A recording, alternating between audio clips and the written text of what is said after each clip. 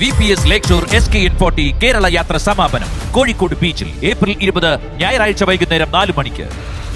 നമസ്കാരം, എല്ലാ പ്രിയപ്പെട്ട പ്രേക്ഷകർക്കും മോർണിംഗ് ന്യൂസിലേക്ക് സ്വാഗതം. ഇന്ന് ഏപ്രിൽ 17 വ്യാഴം, മേടം 4.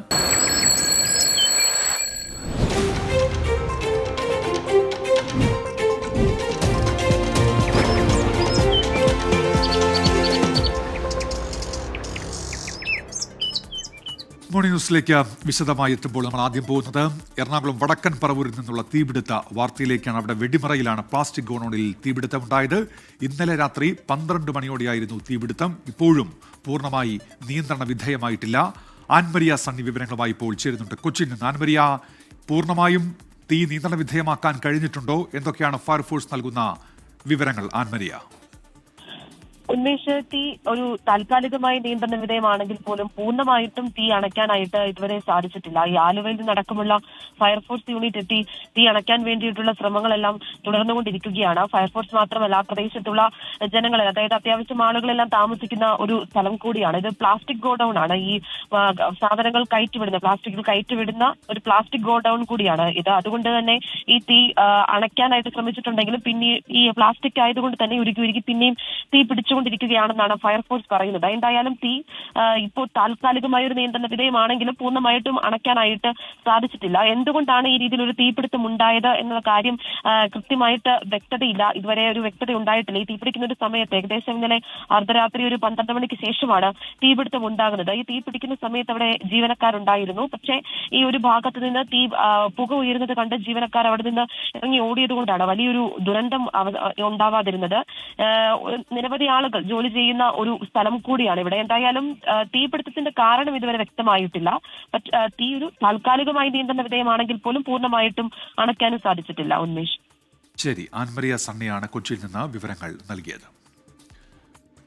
യൂണിവേഴ്സിറ്റികളിലും കോളേജുകളിലും പഠിക്കുന്ന നിരവധി അന്താരാഷ്ട്ര വിദ്യാർത്ഥികളുടെ വീസ റദ്ദാക്കിയ അമേരിക്ക. പലരുടെയും visa status US state department മാറ്റിയതായും റിപ്പോർട്ടുകളുണ്ട്. വിവരങ്ങളുമായി അമേരിക്കയിലെ ന്യൂജേഴ്സിയിൽ നിന്ന് മധു കൊട്ടാരക്കര ചേരുന്നുണ്ട് തത്സമയം. Madhu, good morning.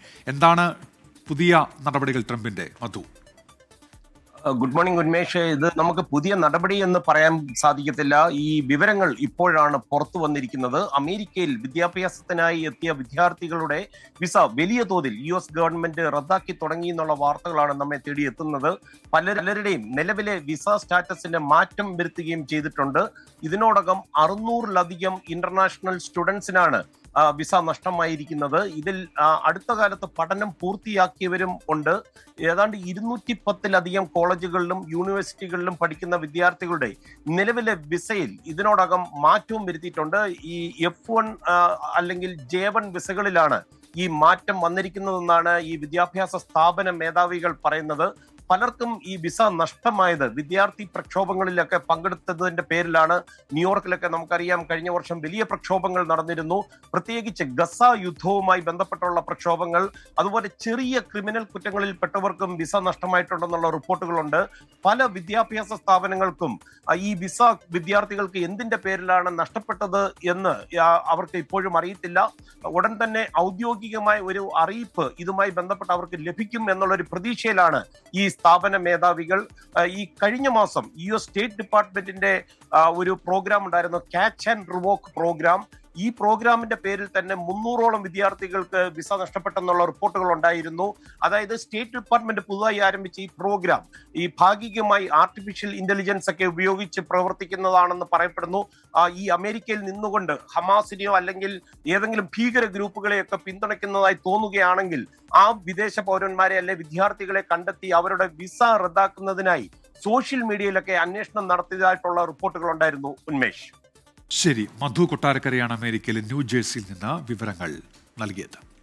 വഖഫ് നിയമ ഭേദഗതിയുമായി ബന്ധപ്പെട്ട ഹർജികളിൽ ഇടക്കാല ഉത്തരവ് ഇന്ന് ഉണ്ടായേക്കും. സുപ്രീം കോടതിയിൽ ഇതുമായി ബന്ധപ്പെട്ട് വാദം തുടരും. കഴിഞ്ഞ ദിവസം ഹർജികൾ പരിഗണിച്ച ചീഫ് ജസ്റ്റിസ് സഞ്ജീവ് ഖന്ന, ജസ്റ്റിസുമാരായ സഞ്ജയ് കുമാർ, KV വിശ്വനാഥൻ എന്നിവരടങ്ങിയ ബെഞ്ച് നിർണായക നിർദ്ദേശങ്ങൾ മുന്നോട്ട് വച്ചിരുന്നു. ഉപയോക്താവ് വഴിയോ ആധാരം മുഖേനയോ കോടതി ഉത്തരവ് വഴിയോ വഖഫായ സ്വത്തുകൾ അതല്ലാതാക്കരുത് എന്നാണ് സുപ്രീം കോടതിയുടെ പ്രധാന നിർദ്ദേശം. വഖഫ് കൗൺസിലിൽ എക്സ് ഒഫീഷ്യോ അംഗങ്ങൾ ഒഴികെയുള്ളവർ മുസ്ലിങ്ങൾ തന്നെയാകണമെന്നും സുപ്രീം കോടതിയുടെ നിർദ്ദേശമുണ്ട്. മുസ്ലിങ്ങളെ ഹിന്ദു മത ട്രസ്റ്റുകളുടെ ഭാഗമാക്കാൻ അനുവദിക്കുമോ എന്നതടക്കമുള്ള ചോദ്യങ്ങളും കേന്ദ്ര സർക്കാരിനോട് സുപ്രീം കോടതി ഉന്നയിച്ചിരുന്നു. ഇടക്കാല ഉത്തരവിടാൻ സുപ്രീം കോടതി ഒരുങ്ങിയെങ്കിലും ഇന്നുകൂടി വാദം കേട്ട ശേഷം ഇടക്കാല ഉത്തരവിറക്കാമെന്ന സോളിസിറ്റർ ജനറൽ തുഷാർ മേത്തയുടെ അഭ്യർത്ഥന സുപ്രീം കോടതി അംഗീകരിക്കുകയായിരുന്നു. ഇന്ന് ഉച്ചകഴിഞ്ഞ് 2 മണിക്ക് സുപ്രീം കോടതി ഹർജികൾ പരിഗണിക്കും. കണ്ണൂർ തളിപ്പറമ്പിലെ വഖഫ് ഭൂമിയെ ചൊല്ലി രാഷ്ട്രീയ വിവാദം മുറുകുന്നു. സർ സെയ്ദ് കോളേജ് സ്ഥിതി ചെയ്യുന്ന 25 ഏക്കർ ഭൂമിയെ ചൊല്ലിയാണ് തർക്കം. വഖഫ് ഭൂമി സ്വന്തമാക്കാൻ ലീഗ് നിയന്ത്രണത്തിലുള്ള കോളേജ് ഭരണസമിതി ശ്രമിക്കുന്നുവെന്നും ഇതിനായി ഭൂമി വഖഫ് അല്ലെന്ന് കോടതിയിൽ സത്യവാങ്മൂലം നൽകി എന്നുമാണ് വഖഫ് സംരക്ഷണ സമിതിയുടെ ആരോപണം. എന്നാൽ ആരോപണം കോളേജ് മാനേജ്മെന്റ് നിഷേധിച്ചു. വഖഫ് ഭൂമി തട്ടിയെടുക്കാൻ ലീഗ് നേതാക്കൾ ശ്രമിക്കുന്നു എന്നാരോപിച്ച് CPIM-ഉം രംഗത്തുണ്ട്. തളിപ്പറമ്പ് ജുമാഅത്ത് പള്ളിയുടെ 25 ഏക്കർ ഭൂമിയെ ചൊല്ലിയാണ് വിവാദം. 1967 99 വർഷത്തേക്കാണ് കോളേജിന് ഭൂമി അനുവദിച്ചത്. 2021 വരെ കോളേജ് മാനേജ്മെന്റ് നികുതി അടച്ചു. എന്നാൽ പള്ളിയുടെ ഭൂമിക്ക് പള്ളി തന്നെ നികുതി അടയ്ക്കണമെന്നാവശ്യപ്പെട്ട് 2021 തളിപ്പറമ്പ് തഹസീൽദാർക്ക് മുന്നിൽ പരാതിയെത്തി. തുടർന്ന് കോളേജിന്റെ പേരിലുള്ള തണ്ടപ്പേർ പള്ളിയുടെ പേരിലേക്ക് മാറ്റി. ഇതിനെതിരെയാണ് കോളേജ് മാനേജ്മെന്റ് ഹൈക്കോടതിയെ സമീപിച്ചത്. ഭൂമി നരിക്കോട്ടില്ലത്തിന്റെ അധീനതയിൽ ഉണ്ടായിരുന്നതാണെന്ന് ചൂണ്ടിക്കാട്ടിയാണ് മാനേജ്മെന്റ് ഹൈക്കോടതിയെ സമീപിച്ചതെന്ന് വഖഫ് സംരക്ഷണ സമിതി ആരോപിക്കുന്നു. 4 വർഷമായിട്ട് വാടക കൊടുക്കുന്നില്ല, ഇങ്ങനെ ഒരു കേസ് കൊടുക്കുന്നു. ഇതൊക്കെ സാധാരണക്കാരൻ മനസ്സിലാക്കുമ്പോൾ എന്താണ് കരുതേണ്ടത്? പുതിയ നിയമത്തിൻ്റെ ഭാഗമായിട്ട് തങ്ങൾക്ക് എന്തെങ്കിലും ആനുകൂല്യം കിട്ടോ എന്നാണ് അവർ ശ്രമിക്കുന്നത്. നിയമത്തെ ഒരു ഭാഗത്ത് എതിർക്കുകയും ആ നിയമത്തിൻ്റെ ആനുകൂല്യം പറ്റാൻ ശ്രമിക്കുകയാണ് അവർ ചെയ്യുന്നത്. കേന്ദ്ര നിയമം ഉപയോഗിച്ച വഖഫ് ഭൂമി തട്ടിയെടുക്കാനുള്ള ഇരട്ടത്താപ്പാണ് തളിപ്പറമ്പിൽ മുസ്ലിം ലീഗ് സ്വീകരിച്ചതെന്ന് CPIM ആരോപിച്ചു. വിഷയം CPIM രാഷ്ട്രീയ ആയുധമാക്കുമെന്ന മുഖ്യമന്ത്രിയുടെ പ്രതികരണത്തിലൂടെ വ്യക്തം. പള്ളിയുടെ ഉടമസ്ഥതയിൽ വർഷങ്ങളായുള്ള ഭൂമി വഖഫ് പ്രോപ്പർട്ടി അല്ലെന്ന നിലപാടെടുക്കാൻ ലീഗ് നേതൃത്വത്തെ പ്രേരിപ്പിച്ച ചേതോവികാരം എന്താണ് എന്ന് അവർ തന്നെ വ്യക്തമാക്കേണ്ടതാണ്. വഖഫ് ഭൂമികൾ കൈവശപ്പെടുത്താൻ കേന്ദ്ര ഗവൺമെൻറ് പുതിയ നിയമം കൊണ്ടുവന്ന കാലത്ത് ലീഗിൻ്റെ നേതൃത്വമെടുത്ത ഈ തീരുമാനത്തിൽ അവിടെ വലിയ ജനവികാരം ഉയർന്നു വന്നിട്ടുണ്ട്. ആരോപണം അടിസ്ഥാനരഹിതമെന്ന് കോളേജ് മാനേജ്മെന്റ് വ്യക്തമാക്കി. ഹൈക്കോടതിയിൽ നൽകിയ റിട്ട് ഹർജിയിൽ എവിടെയും ഭൂമിക്കായി അവകാശവാദം ഉന്നയിച്ചിട്ടില്ലെന്നാണ് മാനേജ്മെന്റിന്റെ വിശദീകരണം. റിട്ടിൽ എല്ലാ സ്ഥലത്തും 3 സ്ഥലങ്ങളിലായി വളരെ കൃത്യമായിട്ട് ഈ ചാർത്താധാരം 967 തളിപ്പറമ്പ് ജമാഅത്ത് പള്ളി കമ്മിറ്റിയിൽ നിന്നും കോളേജിനും സർ സെയ്ദ് മാനേജ്മെൻറ്റിനും തന്നതാണ് എന്ന് വളരെ വ്യക്തമായി പറഞ്ഞിട്ടുണ്ട്. ഈ കോളേജിൻ്റെ പ്രവർത്തനത്തെ തടയുന്നതിന് വേണ്ടി കഴിഞ്ഞ കാലങ്ങളിൽ ഒരുപാട് ശ്രമങ്ങൾ നടത്തിയിട്ടുണ്ട്. ഇതിൻ്റെ ബിൽഡിംഗ് നിർമ്മാണവുമായി ബന്ധപ്പെട്ട് മറ്റ് ഒരുപാട് വിഷയങ്ങളുമായി ബന്ധപ്പെട്ട് ചില തൽപര കക്ഷികളുടെ എതിർപ്പുകൾ ഈ സ്ഥാപനത്തിലുണ്ടായിട്ടുണ്ട്. അവർ തന്നെയാണ് വീണ്ടും ഇത്തരത്തിലുള്ള കള്ളപ്രചരണങ്ങളുമായി മുന്നോട്ട് പോയിക്കൊണ്ടിരിക്കുന്നത്. 24 കണ്ണൂർ. കണ്ണൂർ റേഡിയമായിരുന്ന കെ നവീൻ ബാബുവിന്റെ മരണം CBI അന്വേഷിക്കണമെന്നാവശ്യപ്പെട്ട് കുടുംബം നൽകിയ ഹർജി സുപ്രീം കോടതി ഇന്ന് പരിഗണിക്കും. CBI അന്വേഷണം ആവശ്യപ്പെട്ട് ഭാര്യ മഞ്ജുഷയാണ് സുപ്രീം കോടതിയെ സമീപിച്ചത്. ഇപ്പോൾ നടക്കുന്ന അന്വേഷണത്തിൽ വിശ്വാസമില്ലെന്ന് ഹർജിയിൽ ചൂണ്ടിക്കാണിക്കുന്നു. മരണത്തിൽ ഗൂഢാലോചന ഉണ്ടോ എന്നത് അന്വേഷിക്കണം എന്നാണ് മറ്റൊരു ആവശ്യം. ഇൻക്വസ്റ്റ് പോസ്റ്റ്മോർട്ടം റിപ്പോർട്ടുകളിൽ വൈരുദ്ധ്യമുണ്ട്. CBI അന്വേഷണം വേണമെന്ന ആവശ്യം നേരത്തെ ഹൈക്കോടതി തള്ളിയ പശ്ചാത്തലത്തിലാണ് കുടുംബം സുപ്രീം കോടതിയെ സമീപിച്ചത്. ജസ്റ്റിസുമാരായ വിനോദ് ചന്ദ്രൻ, സുധാൻഷു ധൂലിയ എന്നിവർ ഉൾപ്പെട്ട ബെഞ്ച് കേസ് പരിഗണിക്കും.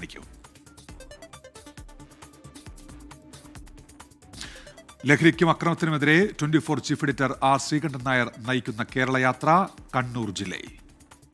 VPS Lakeshore presents SKN40 presented by VPS Lakeshore, co-presented by Lulu Group India, Ujala Fabric Conditioner, co-powered by MyG Future, Xylem Learning App, Indian Institute of Commerce, Lakshya, Leela Ravis.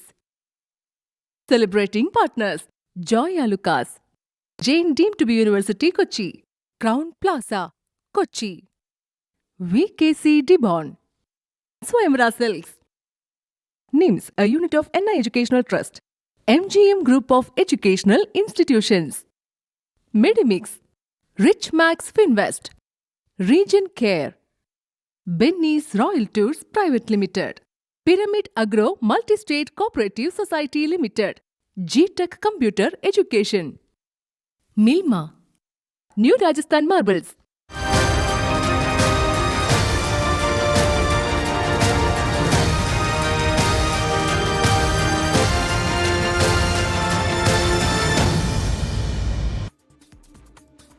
അരുതക്രമം അരുത് ലഹരി എന്ന സന്ദേശവുമായി 24 chief editor R Sreekantan Nair നയിക്കുന്ന SKN40 കേരളയാത്രയുടെ Kannur ജില്ലാ പര്യടനം ഇന്ന് ആരംഭിക്കും.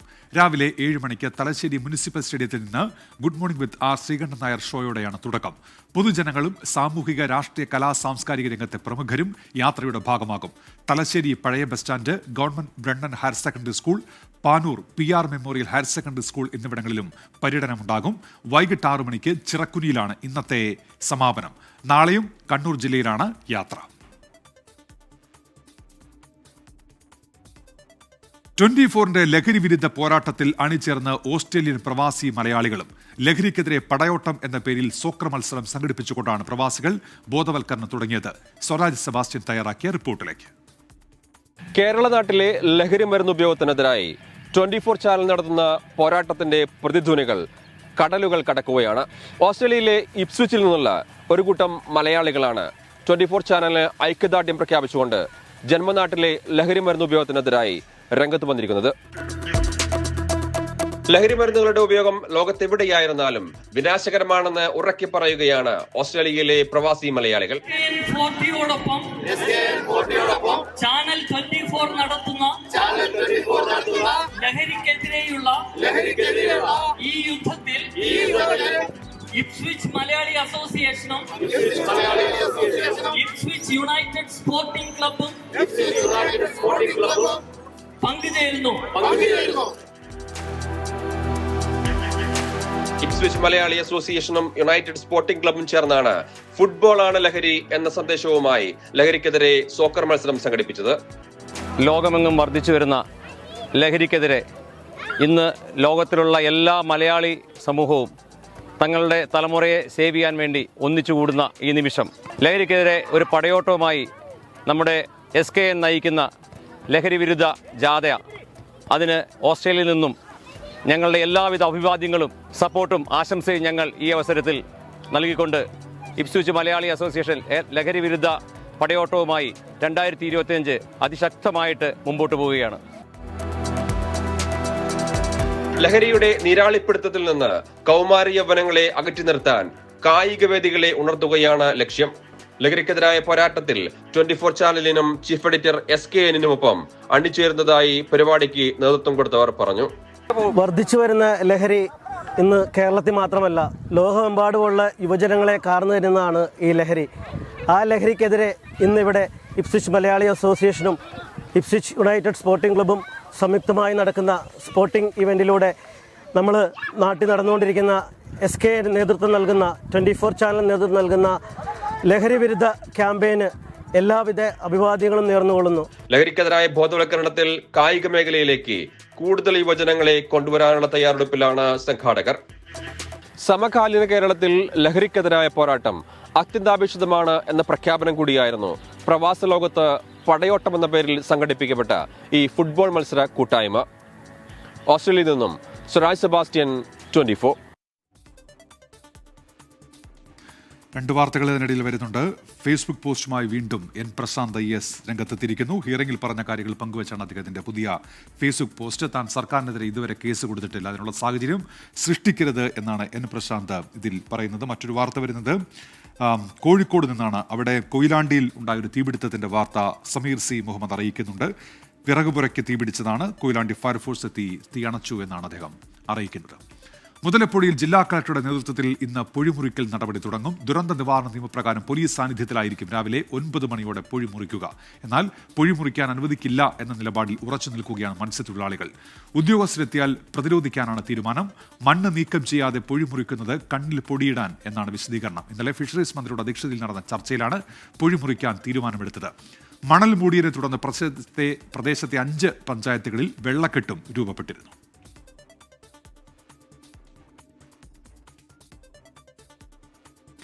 Secretariat പടിക്കൽ ആശാ വർക്കേഴ്സിന്റെയും വനിതാ സിവിൽ പോലീസ് ഓഫീസർ റാങ്ക് ഹോൾഡേഴ്സിന്റെയും സമരം തുടരുകയാണ്. റാങ്ക് ലിസ്റ്റിന്റെ കാലാവധി കഴിയാൻ 2 ദിവസം മാത്രം ബാക്കി നിൽക്കെയാണ് വനിതാ പോലീസ് റാങ്ക് ഹോൾഡേഴ്സിന്റെ സമരം തുടരുന്നത്. സമരാവശ്യം മുഖ്യമന്ത്രി തള്ളിയതോടെ ഇനി അനുകൂല നിലപാട് സമരക്കാർ പ്രതീക്ഷിക്കുന്നില്ല എങ്കിലും അവസാന ദിവസം വരെ സമരം തുടരാനാണ് റാങ്ക് ഹോൾഡേഴ്സിന്റെ തീരുമാനം. ഇന്ന് 11 മണിക്ക് റീത്ത് വെച്ച് പ്രതിഷേധിക്കും. ആശാ വർക്കേഴ്സിന്റെ അനിശ്ചിതകാല രാപകൽ സമരം ഇന്ന് 67-ാം ദിവസത്തിലാണ്. നിരാഹാര സമരം 29-ാം ദിവസവും.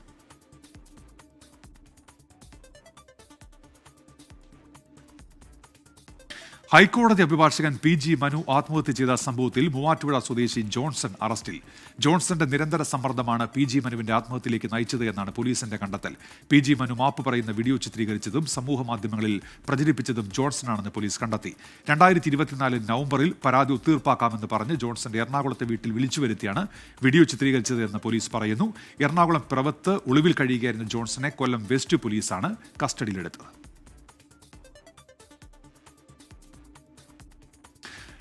കർണാടകയിൽ ജാതി സെൻസസ് റിപ്പോർട്ട് ചർച്ച ചെയ്യാൻ വിളിച്ച പ്രത്യേക മന്ത്രിസഭാ യോഗം ഇന്നാണ്. റിപ്പോർട്ടിലെ ശുപാർശകൾ നടപ്പാക്കുന്നതിനെതിരെ കോൺഗ്രസ് മന്ത്രിമാർക്കിടയിൽ തന്നെ അഭിപ്രായ ഭിന്നത നിലനിൽക്കുന്ന സാഹചര്യത്തിലാണ് മന്ത്രിസഭാ യോഗം.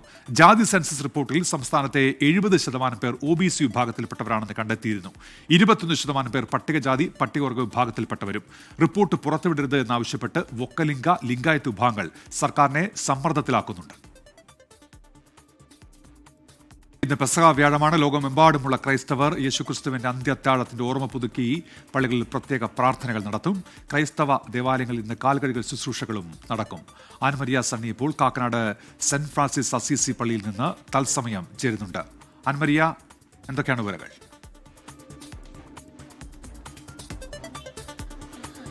ഉന്മേഷ്, ക്രൈസ്തവരെ സംബന്ധിച്ചിടത്തോളം ഏറെ പ്രധാനപ്പെട്ട ഒരു ദിവസമാണ് ഇന്ന്. അതായത് യേശുക്രിസ്തുവിന്റെ കുരിശുമരണത്തിന് മുൻപായി യേശുക്രിസ്തു 12 ശിഷ്യന്മാരോടുമൊപ്പം അന്ത്യത്താഴവേളയിൽ വിശുദ്ധ കുർബാന സ്ഥാപിച്ചതിന്റെയും ശിഷ്യന്മാരുടെ പാദങ്ങൾ കഴുകിയതിന്റെയും ഓർമ്മ പുതുക്കലായിട്ട് ക്രൈസ്തവർ ഇന്ന് പെസഹ വ്യാഴം ആചരിക്കുകയാണ്. നമ്മളിപ്പോൾ നിൽക്കുന്നത് കാക്കനാട് സെന്റ് ഫ്രാൻസിസ് അസീസി പള്ളിയിലാണ്. ഇവിടെ സിറോ മലബാർ സഭ അധ്യക്ഷനായിട്ടുള്ള മാർ റാഫേ തട്ടിൽ പിതാവാണ് തിരുക്കർമ്മങ്ങൾക്ക് നേതൃത്വം നൽകുന്നത്. ഏകദേശം ഒരു 6:30ക്കാണ് വിശുദ്ധ കുർബാന തുടങ്ങുന്നത്. 6:30യോട് കൂടി തിരുക്കർമ്മങ്ങൾ ആരംഭിക്കും. അതിനുശേഷം ഈ വിശുദ്ധ കുർബാനയോട് അനുബന്ധിച്ച് തന്നെ സിറോ മലബാർ സഭ അധ്യക്ഷനായിട്ടുള്ള മാർ റാഫേ തട്ടിൽ പിതാവ് വിശുദ്ധ കുർബാന ചൊല്ലുകയും അതോടൊപ്പം തന്നെ കാലുകഴുകൽ ശുശ്രൂഷയ്ക്കും അപ്പം മുറിക്കലിനും നേതൃത്വം നൽകും. ഇപ്പോൾ മാർ റാഫേ തട്ടിൽ പിതാവിനെ ഈ ദേവാലയത്തിലേക്ക് സ്വീകരിക്കുകയാണ്. നിരവധി കണക്കിലുള്ള എല്ലാ ക്രൈസ്തവ ദേവാലയങ്ങളിലും ഇന്ന് പെസഹ ആചരിക്കുകയാണ്. ക്രൈസ്തവരെ സംബന്ധിച്ചിടത്തോളം അവരുടെ വിശുദ്ധ വാരാചരണത്തിന്റെ ഏറ്റവും പ്രധാനപ്പെട്ട ഒരു ദിവസം കൂടിയാണ്. അതായത് ആ ഒരു വിശുദ്ധ വാരാചരണം, അത് ആ നോമ്പിന്റെ ആ ഒരു തീവ്രതയിലേക്ക് കടന്നു ചെന്നെത്തുകയാണ്. പെസഹ ബുധന് ശേഷവും ദുഃഖവെള്ളിക്ക് മുൻപായി നടക്കുന്ന ഈ പെസഹ വ്യാഴം എന്ന് പറയുന്നത് ഈ താലത്തിൽ വെള്ളമെടുത്ത് വെൺകച്ച അരയിൽ ചുറ്റി യേശുക്രിസ്തു തന്റെ ശിഷ്യന്മാരുടെ പാദങ്ങൾ കഴുകുന്നതിലൂടെ അതിന്റെ ആ എളിമ, അല്ലെങ്കിൽ എത്രത്തോളമാണ് ആ എളിമ എന്നുള്ള കാരണം അത് കാണിക്കാൻ വേണ്ടിയിട്ട് ആ ശിഷ്യന്മാരുടെ, നമുക്ക് ഈ ദൃശ്യങ്ങളിൽ നിന്ന് വ്യക്തമാണ്. ഇപ്പോൾ ആ സിറോ മലബാർ സഭ അധ്യക്ഷനായിട്ടുള്ള മാർ റാഫേൽ തട്ടിൽ പിതാവ് ആ കുട്ടിയുടെ മുഖത്ത് തടുമ്പോൾ തന്നെ അത് ആ ഒരു തീവ്രത എന്താണ്, തന്റെ എളിമ എന്താണ് എന്ന് യേശുക്രിസ്തു കാണിച്ചു തന്നതുകൂടിയാണ് അദ്ദേഹം ഇപ്പോൾ ഇവിടെ കാണിക്കുന്നത്. 6:30യോട് കൂടി തന്നെ തിരുക്കർമ്മങ്ങൾക്ക് നേതൃത്വം തുടങ്ങും. അതിനുശേഷം കാലുകൾക്ക് ശുശ്രൂഷയും ഉണ്ടാകും, അപ്പമുറക്കൽ ശുശ്രൂഷയും ഉണ്ടാകും. എല്ലാ ക്രൈസ്തവ ദേവാലയങ്ങളും, എറണാകുളം ജില്ലയെ സംബന്ധിച്ചിടത്തോളം എറണാകുളം ജില്ലയുടെ മുഴുവൻ ക്രൈസ്തവ ദേവാലയങ്ങളിലും പല സമയങ്ങളിലായിട്ടായിരിക്കും വിശുദ്ധ കുർബാന നടക്കുന്നതും. ഉന്മേഷ്,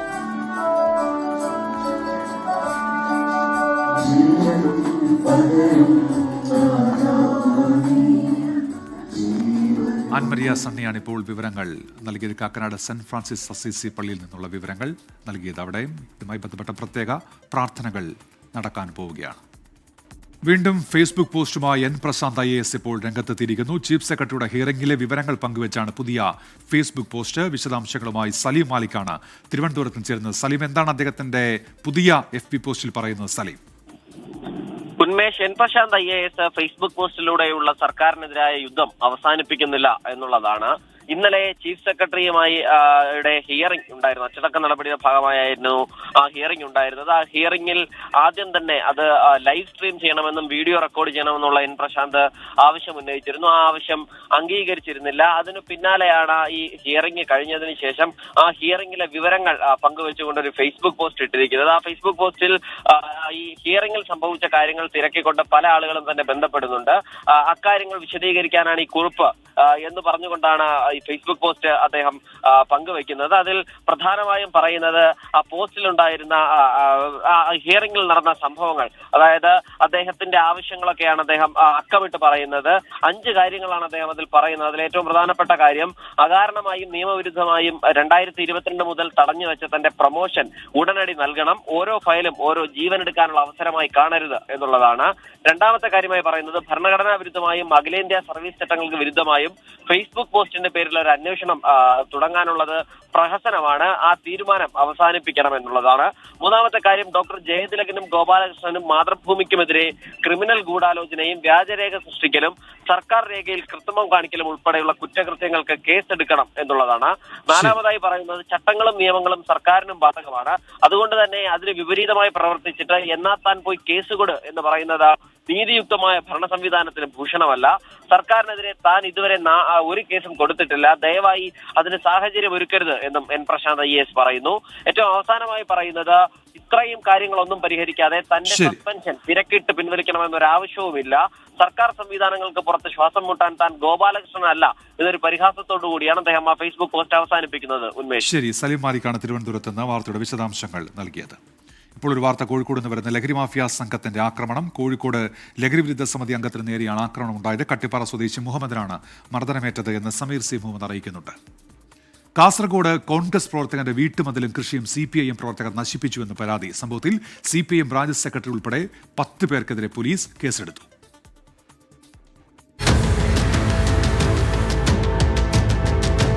തിങ്കളാഴ്ച രാത്രിയാണ് സംഭവം. മതിലിൻ്റെ ഒരു വശം തകർത്തു. വീട്ടുവളപ്പിലെ കവുങ്ങ് പൂർണ്ണമായും വെട്ടിമാറ്റി. വയലിനോട് ചേർന്നുള്ള 2 തെങ്ങുകളുടെ അടിഭാഗം പാതി മുറിച്ച നിലയിലാണ്. കാറ്റ് വന്നാൽ നിലംപതിക്കുന്ന അവസ്ഥയിലാണ് തെങ്ങുകൾ. സംഭവത്തിന് പിന്നിൽ ബ്രാഞ്ച് സെക്രട്ടറി ഉൾപ്പെടെയുള്ള CPIM പ്രവർത്തകരാണെന്നാണ് ജയരാജന്റെ ആരോപണം. കുട്ടികൾ ഫുട്ബോൾ കളിക്കുന്നതിനിടെ കൃഷിയിടത്തിലേക്ക് പന്ത് വീഴുന്നത് പതിവായിരുന്നു. വീട്ടുമുറ്റത്തെയും വയലിലെയും കൃഷി നശിക്കുന്നതിനാൽ കുട്ടികളോട് മാറിക്കളിക്കാൻ ആവശ്യപ്പെട്ടിരുന്നു. മുൻപ് CPIM അനുഭാവിയായിരുന്ന ജയരാജൻ കോൺഗ്രസിൽ ചേർന്ന് പ്രവർത്തിച്ചതിലുള്ള വിരോധമാണ് ആക്രമണത്തിന് പിന്നിലെന്നാണ് ആരോപണം. കുട്ടികളാണ് ഞാൻ കുറച്ച് വഴക്ക് പറഞ്ഞ സത്യമാണ്. അതിന് അവരെ പേരൻസ് വീട്ടിൽ നിന്ന് വന്നിട്ട് എന്നോട് പറഞ്ഞു, അവരെല്ലാം ശബരിമലക്ക് പോകാൻ മാലയിട്ടിട്ടുണ്ടായി. 10-ാം തീയതി അവർ വന്നിട്ട് പറഞ്ഞു, നമ്മൾ 12-ാം തീയതി മലക്കോയി വരുന്നുണ്ട്, വന്നിട്ട് ഇനി പകരം പൂട്ടും. ഞാൻ എന്നോട് പറഞ്ഞു, നമ്മൾ ഇങ്ങനെ ഭീഷണിപ്പെടുത്തുന്ന കൂട്ടത്തിൽ നമ്മൾ കണ്ടിട്ടും. എന്നിട്ട് അവർ പോയി 13-ന് രാത്രി വിഷുവിന് തലേന്ന് അവർ ചെയ്തു കൂട്ടിയ പണിയാണ്. പാർട്ടിമാരുടെ മെയിൻ പ്രശ്നം. എന്നാൽ ആക്രമണത്തിൽ പങ്കില്ലെന്നും രാഷ്ട്രീയ വിരോധമാണ് കേസിന് പിന്നിലെന്നും CPIM ബ്രാഞ്ച് സെക്രട്ടറി പ്രിയേഷ്. ക്ലബിൻ്റെ വാർഷിക ആഘോഷം നടത്തുന്നതിന് വേണ്ടി നമ്മൾ ആ സ്ഥലം തിരഞ്ഞെടുക്കേണ്ടായി. ആ സ്ഥലത്തിൻ്റെ ഉടമസ്ഥന്മാരോട് ചോദിക്കുകയും ആ സ്ഥലം തിരഞ്ഞെടുത്ത് ആ പരിപാടി നടത്താൻ വേണ്ടി തീരുമാനിക്കുമ്പോൾ ഇദ്ദേഹം ഒരു കത്ത് തന്നു ബ്രാഞ്ച് സെക്രട്ടറി എന്ന നിലയിൽ. ആ സ്ഥലത്ത് അതെനിക്കും കൂടി അവകാശപ്പെട്ട സ്ഥലമാണ്, അവിടെ പരിപാടി നടത്താൻ വേണ്ടി പാടില്ല എന്നുള്ള രീതിയിൽ. എന്നാൽ നമ്മൾ ആ സ്ഥലത്ത് തന്നെ പരിപാടി നടത്തി. ഇപ്പോൾ നമ്മുടെ വാർഷികാഘോഷം ഇപ്പോൾ നടത്താൻ വേണ്ടി പോവുകയാണ്. അപ്പോൾ അതെല്ലാം മുൻകൂട്ടി കണ്ടുകൊണ്ടാണ് ഇദ്ദേഹം നമ്മളെ ഇത്രയും CPM പ്രവർത്തകരാണ് ആക്രമിച്ചത്, CPM ബ്രാഞ്ച് സെക്രട്ടറിയാണ് ഇതിൻ്റെ പിന്നിലെന്നും പറഞ്ഞ് മുൻകൂട്ടി ഇങ്ങനെ ഒരു പരാതി കൊടുക്കുകയും എൻ്റെ പേര് ഇതിൽ 1-ാം സ്ഥാനത്ത് വരാനുള്ള കാരണമായി ഞാൻ കണക്കാക്കുന്നത്. സംഭവത്തിൽ ബ്രാഞ്ച് സെക്രട്ടറി പ്രിയേഷ് ഉൾപ്പെടെ 10 പേർക്കെതിരെ ഹൊസ്ദുർഗ് പോലീസ് കേസെടുത്തിട്ടുണ്ട്. 24 കാസർഗോഡ്.